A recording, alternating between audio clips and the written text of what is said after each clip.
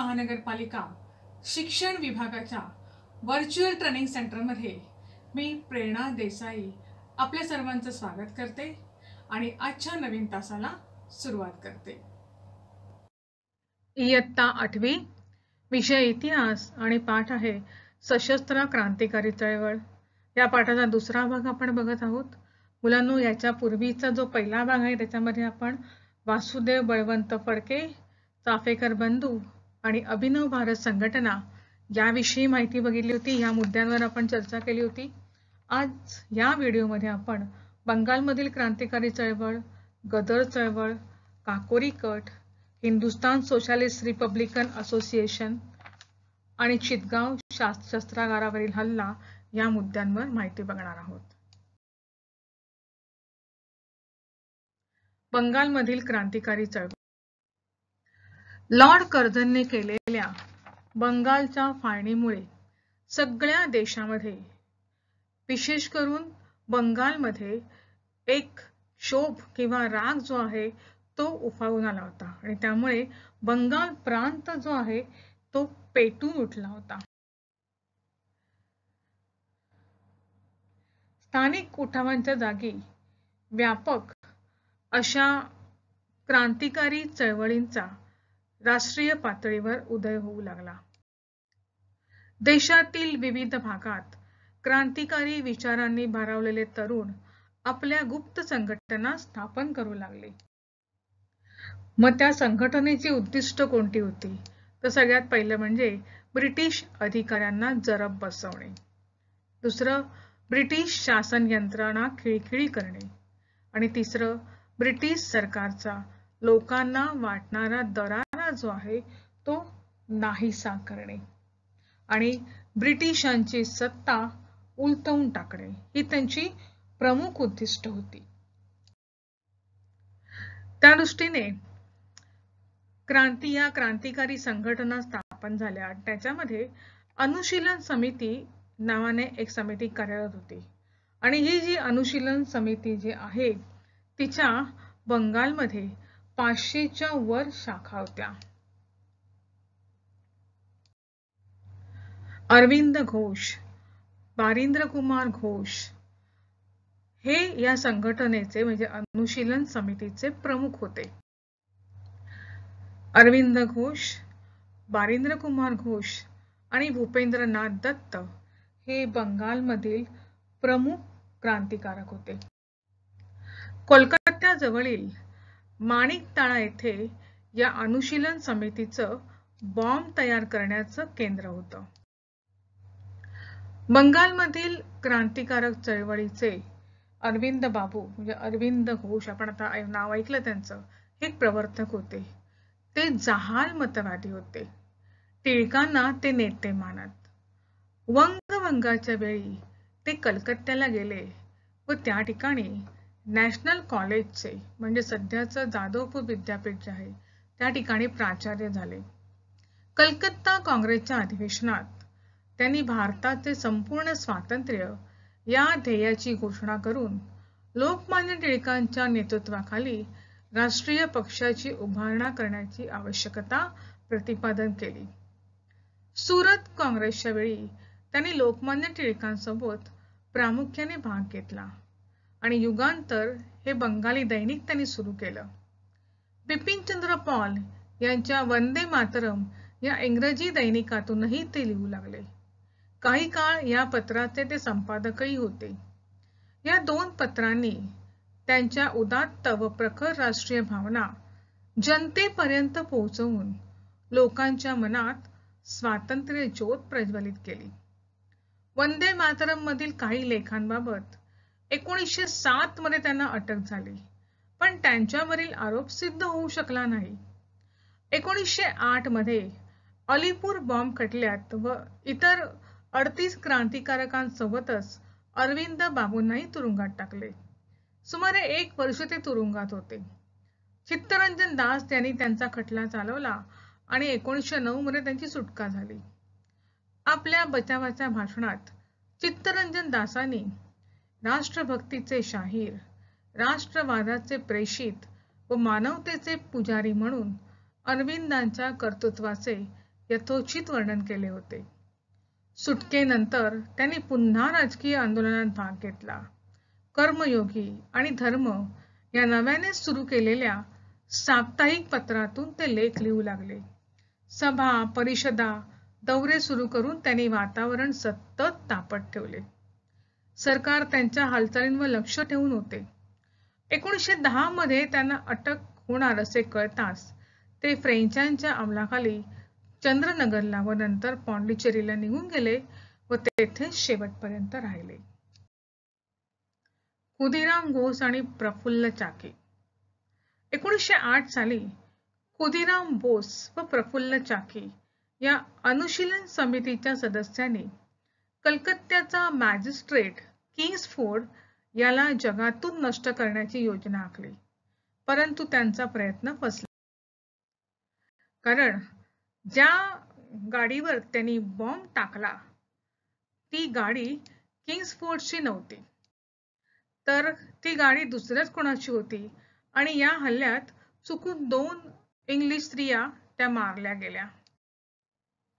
इंग्रजांच्या हाती सापडू नये म्हणून प्रफुल्ल चाकी यांनी स्वतःवर गोळी झाडून घेतली. बोस पोलिसांच्या हाती लागले. पोलिसांनी खुदीराम बोसांना फाशी दिली. यावेळी खुदीराम बोस यांचं वय केवळ 15 वर्षाचं होतं.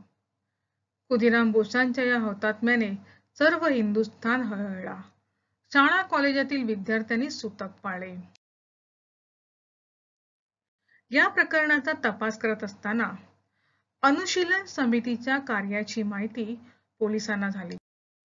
पोलिसांनी या संघटनेच्या सदस्यांची धरपकड सुरू केली. कलकत्त्यामधील क्रांतिकारकांच्या बॉम्ब फॅक्टरीचा पोलिसांना सुगावा लागला. त्यांनी तिच्यावर छापा घातला. अरविंद घोष, बारिंद्र कुमार घोष, उल्हास दत्त, हेमचंद्र दास, उपेंद्रनाथ बॅनर्जी आणि इतर मंडळी यांना अटक करून खटले चालवले. अरविंद बाबूंचा संबंध बॉम्ब तयार करण्याशी जोडण्यात सरकारला अपयश आल्याने त्यांना न्यायालयाने निर्दोष सोडले. पण अन्य सदस्यांना मात्र कठोर कारावासाच्या शिक्षा ठोठावण्यात आल्या. रासबिहारी बोस व सचिंद्रनाथ सन्याल यांनी क्रांतिकारी संघटनाचे जाळे बंगाल बाहेर विस्तारले. पंजाब, दिल्ली, उत्तर प्रदेश येथे क्रांतिकारकांची केंद्रे उघडली. व्हाईसरॉय लॉर्ड हार्डिंग्स यांनी बंगालच्या भूमीवरून हिंदुस्थानची राजधानी हलवून ती दिल्लीस. मोठ्या वैभवाने हार्डिंग्स जो होता हा दिल्लीत हत्तीवरून प्रवेश करत असता चांदणी चौकामध्ये एका क्रांतिकारी विद्यार्थ्याने बॉम्ब फेकला. पण त्या बॉम्बचा नेम चुकला. व्हाईसरॉयचा सहकारी यात ठार झाला. व्हाईसरॉय जखमी झाले. हे जे होते बॉम्ब फेकणारे ते होते रासबिहारी बोस. एवढं सगळं करून सुद्धा रासबिहारी बोस म्हणजे ब्रिटिश साम्राज्याला एवढा मोठा धक्का देऊन मात्र रासबिहारी बोस हे इंग्रजांच्या हातावर तुरी देऊन निसटले. विविध भागामध्ये सशस्त्र क्रांतिकारी चळवळी चालू होत्या. मद्रास प्रांतही याला अपवाद नव्हता. मद्रास प्रांतात सशस्त्र क्रांतिकारी चळवळीचा उदय हा बंगालच्या फाळणीनंतरच्या काळात म्हणजे सन 1905 नंतर झालेला दिसतो. VVS अय्यर यांनी पॉंडिचेरी येथे क्रांतिकारकांची संघटना उभी केली. पिस्तूल चालवण्याचे प्रशिक्षण त्यांनी पॉंडिचेरीच्या केंद्रात देण्याची व्यवस्था केली होती. अय्यर यांच्या केंद्रात शिकून तयार झालेला वांची अय्यर या तरुण क्रांतिकारकानेच कलेक्टर मिस्टर ॲश याचा 11 जून 1991 रोजी गोळ्या घालून खून केला आणि त्यानंतर त्याने स्वतःवर गोळी झाडून आत्माहुती दिली. India house. भारतातील क्रांतिकार्याला परदेशातील भारतीय क्रांतिकारकांकडून मदत मिळत असते. अशीच एक मदत करणारी महत्वाची व्यक्ती म्हणजे पंडित श्यामजी कृष्ण वर्मा होत. श्यामजी कृष्ण वर्मा यांच्या हृदयात देशाच्या स्वातंत्र्याविषयी तळमळ होती. रँडच्या खुनात श्यामजी वर्माचा हात असावा अशी सरकारला शंका आल्याने सरकारकडून त्यांना वारंवार त्रास होऊ लागला आणि तेव्हा ते इंग्लंडला निघून गेले. त्यांनी त्या ठिकाणी इंडिया हाऊसची स्थापना केली. या संस्थेमार्फत भारतीय तरुणांना इंग्लंडमध्ये उच्च शिक्षण घेण्यासाठी शिष्यवृत्ती दिल्या जात असत. स्वातंत्र्यवीर सावरकरांना सुद्धा अशीच शिष्यवृत्ती मिळाली होती. इंग्लंडमधील श्यामजी कृष्ण वर्मा यांच्या क्रांतिकारी गोटातील मादाम कामा यांनी हिंदुस्थानच्या स्वातंत्र्यासाठी अनेक प्रकारचे कष्ट घेतले. 1907 मध्ये जर्मनीत स्टुटगार्ट येथे भरलेल्या जागतिक समाजवादी परिषदेस हिंदुस्थानचे प्रतिनिधी म्हणून सरदार सिंग राणा व मादाम कामा हे हजर राहिले. यात मादाम कामा यांनी भारताच्या स्वातंत्र्याचा प्रश्न उपस्थित केला व त्यावेळी त्यांनी भारताचा राष्ट्रीय ध्वज फडकवला. मादाम कामा यांनी त्या ठिकाणी जमलेल्या सर्व प्रतिनिधींना आवाहन केले की सर्व स्वातंत्र्यप्रिय राष्ट्रांनी हिंदी स्वातंत्र्य चळवळीत मदत करावी. इंडिया हाऊसशी संबंधित असलेला दुसरा क्रांतिकारी म्हणजे मदनलाल धिंगरा हा तरुण. भारत मंत्र्यांचा स्वीय सहाय्यक कर्नल विल्यम कर्झन वायली याच्या खुनाचा कट यांनी केला. त्यांचा पहिला बेत फसला, पण पुढे 1 जुलै 1909 रोजी इम्पिरियल इन्स्टिट्यूटच्या जहागीर हाऊसमध्ये इंडियन नॅशनल असोसिएशनच्या सभेच्या वेळी कर्झन वायली यांच्यावर त्यांनी गोळ्या झाडल्या. अर्थात त्याबद्दल इंग्रज सरकारने त्यांना पकडून फाशीची शिक्षा दिली. गदर चळवळ. पहिल्या महायुद्धाच्या काळात ब्रिटिशांविरोधी क्रांतिकारी कार्याला गती मिळाली. या संधीचा फायदा घेण्यासाठी क्रांतिकारक संघटना स्थापन झाल्या, कारण त्या संघटनांना असं वाटत होतं की ब्रिटिशांच्या शत्रूंची मदत घेऊन भारतामध्ये सत्तांतर घडवून आणता येईल. भारतीय सैनिकांचीही या प्रयत्नात साथ घेता येईल. गदर ही त्यातील एक प्रमुख संघटना होती. गदर म्हणजे विद्रोह. अमेरिका व कॅनडा येथील भारतीयांनी गदर या संघटनेची स्थापना केली. लाला हरदयाळ, भाई परमानंद आणि डॉक्टर पांडुरंग सदाशिव खानखोजे हे क्रांतिकारक या संघटनेचे प्रमुख नेते होते. गदर म्हणजे विद्रोह. गदर हे या संघटनेच्या मुखपत्राचे नाव होते आणि हे जे मुखपत्र होतं ते इंग्लिश, हिंदी, उर्दू, बंगाली आणि मराठी या भाषांमध्ये छापलं जात होतं. त्याचप्रमाणे ते चीन, जापान, सिंगापूर, जर्मनी इत्यादी अनेक देशातील हिंदी लोकांकडून वाचलं जाई. गदरची भाषा जी होती ती स्वातंत्र्याची आणि पारतंत्र्याविरुद्धच्या बंडाची होती. या मुखपत्रातून ब्रिटिश राजवटीचे भारतावर होणारे दुष्परिणाम सांगितले जात होते. तसेच भारतीय क्रांतिकारकांनी केलेल्या साहसी कृत्याची माहिती सांगितली जात असे. राष्ट्रप्रेम व सशस्त्र क्रांती यांचा संदेश गदर या मुखपत्राने भारतीयांना दिला. ब्रिटिशांविरुद्ध उठाव करण्यासाठी गदर संघटनेच्या नेत्यांनी पहिल्या महायुद्धाच्या परिस्थितीचा फायदा घेण्याचे ठरवले. इंग्रज सरकारविरुद्ध पंजाबमध्ये सशस्त्र उठाव करण्याची योजना आखली. भारतीय सैनिकांना या उठावात सामील होण्यासाठी उद्युक्त केले. रास बिहारी बोस, सचिंद्र सन्याल, गणेश पिंगळे, मागी करतार सिंग इत्यादी याच्यामध्ये सामील. फेब्रुवारी 1915 हा उठावाचा दिवस ठरला.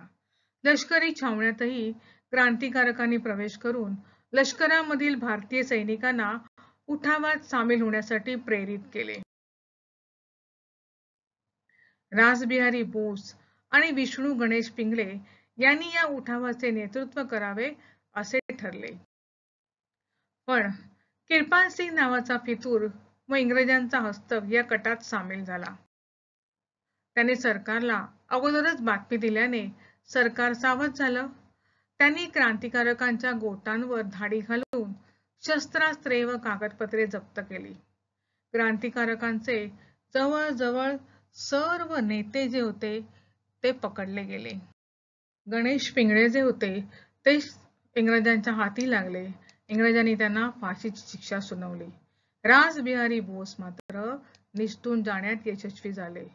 ते जपानमध्ये गेले आणि जपानमध्ये जाऊन त्यांनी आपलं क्रांतिकार्य सुरूच ठेवलं. पहिल्या महायुद्धाच्या काळात आपल्या देशातील क्रांतिकारी चळवळीप्रमाणे परदेशातही क्रांतिकारी चळवळी कार्यरत होत्या. उदाहरणार्थ, जर्मनीची राजधानी बर्लिनमध्ये वीरेंद्रनाथ चट्टोपाध्याय, भूपेन दत्त आणि हरदयाळ यांनी जर्मन परराष्ट्र खात्याच्या सहकार्याने ब्रिटिश विरोधी योजना आखल्या. सन 1915 मध्ये महेंद्र प्रताप, बरकतुल्ला व ओबिदुल्ला सिंधी यांनी काबूलमध्ये स्वतंत्र भारताच्या हंगामी सरकारची स्थापना केली होती. आता आपण माहिती बघूया काकोरी कट. गांधीजींनी असहकार चळवळ थांबवल्यानंतर अनेक तरुण क्रांती मार्गाकडे वळले. चंद्रशेखर आझाद, रामप्रसाद बिस्मिल, योगेश चॅटर्जी, सचिंद्रनाथ सन्याल इत्यादी. क्रांती कार्याला लागणारी शस्त्रास्त्रे मिळवण्यासाठी क्रांतिकारकांना पैसा हवा होता. व तो पैसा कसा होणार? तर त्यांनी काय केलं? रामप्रसाद बिस्मिल यांच्या नेतृत्वाखाली रेल्वेतून नेला जाणारा सरकारी खजिना जो आहे तो लुटला. आणि ही जी घटना घडली ती उत्तर प्रदेशातल्या काकोरी या ठिकाणी. काकोरी स्टेशन जवळ हा प्रकार जो आहे, ट्रेन थांबवून त्याच्यामधला खजिना जो आहे तो लुटला गेला. सरकारने लगेच क्रांतिकारकांवर अटक केली, त्यांच्यावर खटले चालवले. त्याच्यामध्ये अशफाकुल्ला खान, रामप्रसाद बिस्मिल, रोशन सिंग आणि राजेंद्र लाहिरी यांना फाशी देण्यात आली. अनेकांना वेगवेगळ्या कठोर शिक्षा देण्यात आल्या, पण चंद्रशेखर आझाद मात्र पोलिसांच्या हाती लागले नाही. Hindustan socialist Republican association. इंग्रजांच्या विरोधात सशस्त्र लढा देण्यासाठी समाजवादी विचाराने प्रभावित झालेल्या तरुणांनी देशव्यापी क्रांतिकारी संघटना उभी करण्याचे ठरवले. चंद्रशेखर आझाद, भगतसिंग, राजगुरू, सुखदेव इत्यादी तरुण यामध्ये प्रमुख होते. हे सर्व क्रांतिकारक जे होते हे धर्मनिरपेक्ष विचारसरणीचे होते. 1928 साली दिल्लीच्या फिरोजशाह कोटला मैदानावर झालेल्या बैठकीमध्ये या तरुणांनी हिंदुस्तान सोशलिस्ट रिपब्लिकन असोसिएशन या संघटनेची स्थापना केली. भारताला ब्रिटिशांच्या शोषणातून मुक्त करणे हे या संघटनेचे उद्दिष्ट होते. त्याचबरोबर या संघटनेला शेतकरी आणि कामगारांचे शोषण करणारी अन्यायी सामाजिक व आर्थिक व्यवस्थाही उलथून टाकायची होती. आणि त्यासाठीच हिंदुस्तान सोशलिस्ट रिपब्लिकन असोसिएशन ही स्थापण्यात आली. भगतसिंग यांनी सामाजिक न्यायावर व समतेवर आधारित समाज निर्माण करण्याला महत्त्व दिले. या संघटनेच्या सदस्यांनी अनेक क्रांतिकारी कृत्य केली, जसे शस्त्रे गोळा करणे, कार्यक्रमाची अंमलबजावणी करणे. ही कामे या संघटनेच्या स्वतंत्र विभागाकडे सोपवली होती आणि या विभागाचे नाव होते हिंदुस्तान सोशलिस्ट रिपब्लिकन आर्मी आणि तिचे प्रमुख होते चंद्रशेखर आझाद. सायमन कमिशन मध्ये एकही हिंदी सभासद नसल्याने त्याचा निषेध व्यक्त करण्यासाठी निघालेल्या मोर्चाचे नेतृत्व लाला लजपतराय करीत असताना ब्रिटिश पोलीस अधिकाऱ्यांनी त्या मोर्चावर हल्ला केला होता. त्यातच ते जखमी झाले आणि पुढे त्यांचा मृत्यू झाला, कारण सॉन्डर्स या अधिकाऱ्याने लालाजींच्या छातीवरती लाठ्या चालवल्या होत्या. त्याच्या मृत्यूचा बदला घेण्यासाठी 17 डिसेंबर 1928 रोजी राजगुरू आणि भगतसिंग यांनी सॉन्डर्सला गोळ्या घालून ठार केले. 8 8 एप्रिल 1929ला नागरी हक्कांची पायमल्ली करणारी 2 विधेयकं जी होती ती 2 विधेयकं सरकारने विधिमंडळात केली होती.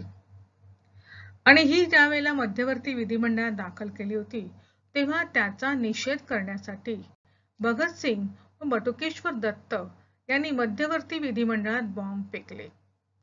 खरं तर त्यांना कोणालाही इजा पोहोचवायची नव्हती. फक्त बॉम्बस्फोट करून नंतर स्वतःला पोलिसांच्या ताब्यात देऊन सर्व जगाला जाहीरपणे क्रांतिकारकाची ध्येय व उद्दिष्ट जाहीर करायचे होते. क्रांतिकारकाच्या या कृत्याने सरकारने लगेच हिंदुस्थान सोशलिस्ट रिपब्लिकन आर्मीच्या केंद्रावर धाडी घातल्या आणि त्यातूनच सॉन्डर्सच्या हत्येचे धागेदोरेही पोलिसांच्या हाती लागले. संबंधित भगतसिंग, राजगुरू व सुखदेव यांना लाहोरच्या तुरुंगात 23 मार्च 1931 रोजी फाशी देण्यात आली. चंद्रशेखर आझाद हे भगतसिंगांचे सहकारी मात्र शेवटपर्यंत पोलिसांच्या हाती सापडले नाहीत. फेब्रुवारी 1931ला चंद्रशेखर आझाद, यशपाल सिंग आणि सुरेंद्र पांडे हे तिघे जण अल्फ्रेड पार्क मध्ये भेटणार होते. त्या ठिकाणी त्यांना पुढचं जे प्लॅनिंग आहे ते आखायचं होतं. ते म्हणजे रशियातून शस्त्रास्त्रे आणून आपला लढा चालू ठेवायचा अशी योजना ते आखणार होते. आझादांना तेथेच थांबायला सांगून यशपाल सिंग आणि सुरेंद्र पांडे आणखी एका क्रांतिकारकाच्या भेटीस गेले. दरम्यान पोलिसांना आझाद अल्फ्रेड पार्कमध्ये असण्याचा सुगावा लागला. त्यांनी अल्फ्रेड पार्कला चारी बाजूने घेरले. दोन्ही बाजूनी चकमक आणि गोळीबार सुरू झाला. एक क्षण असा आला की आझाद यांच्या बंदुकीत केवळ एक गोळी उरली होती आणि त्यांना परिस्थितीचा अंदाज आला होता. त्यामुळे इंग्रजांच्या हातून मरण्यापेक्षा त्यांनी स्वतःवर गोळी झाडणे पसंत केले. अशा तऱ्हेने या भारत मातेचा वीर सुपुत्र जो आहे तो अमर झाला, पण शेवटपर्यंत तो आझादच राहिला. तो इंग्रजांच्या हाती काही लागला नाही. आता मुद्दा बघूया चितगाव शस्त्रागारावरील हल्ला. हे बंगालमधील चितगाव येथील क्रांतिकारी गटाचे प्रमुख होते. त्यांनी आपल्याभोवती अनंत सिंग, गणेश घोष, कल्पना दत्त, प्रीतिलता वड्डेदार अशांसारख्या निष्ठावान क्रांतिकारकांची फौज गोळा केली. त्यांच्या सहाय्याने चितगाव येथील शस्त्रागारावरील हल्ल्याची योजना सूर्यसेन यांनी आखली. 18 एप्रिल 1930 रोजी क्रांतिकारकांनी चितगाव मधील 2 शस्त्रागारांमधील शस्त्रास्त्रे ताब्यात घेतली. ही शस्त्रास्त्रे ताब्यात घेतल्यानंतर या क्रांतिकारकांनी लगेच टेलिफोन आणि टेलिग्राफ यांसारख्या संदेशवाहनांच्या साधनांच्या तारा तोडून टाकल्या. म्हणजे ही बातमी इंग्रजी गोटाला मिळणार नाही आणि ब्रिटिश सरकार तत्काळ जागे होणार नाही. सूर्यसेन व त्यांच्या 12 सहकाऱ्यांना यानंतर फाशीची शिक्षा देण्यात. यातून प्रेरणा घेत शांती घोष व सुनीती चौधरी या 2 शाळकरी मुलींनी जिल्हा न्यायाधीशाला ठार केले. तर बीना दास या युवतीने कोलकाता विद्यापीठाच्या पदवीदान समारंभात उपस्थित राहिलेल्या गव्हर्नरवर गोळ्या झाडल्या. 13 मार्च 1940 रोजी पंजाबचा जो गव्हर्नर होता, जो जालियनवाला बाग हत्याकांडात जबाबदार त्याला धरलेलं होतं, तो म्हणजे गव्हर्नर ओडवायर. या गव्हर्नर ओडवायर याचा लंडनमध्ये खून करून क्रांतीवीर सरदार उधम सिंहाने जालियनवाला बाग हत्याकांडाचा बदला घेतला. स्वातंत्र्य संग्रामामध्ये क्रांतिकारी चळवळीने महत्त्वाचे योगदान दिले आहे. क्रांतिकारकांनी ब्रिटिश सत्तेशी लढताना साहस व निर्धाराचे दर्शन घडवले. त्यांचे बलिदान जे आहे ते भारतीयांना स्फूर्ती देणारे ठरले आहे. बालमित्रांनो, हा व्हिडिओ तुम्हाला नक्कीच आवडला असणार. यासारखे अनेक छान छान व्हिडिओ आहेत जे तुमच्या अभ्यासक्रमावर आधारित आहेत. पण ते पाहण्यासाठी आमच्या चॅनलला सबस्क्राईब करायला विसरू नका. धन्यवाद.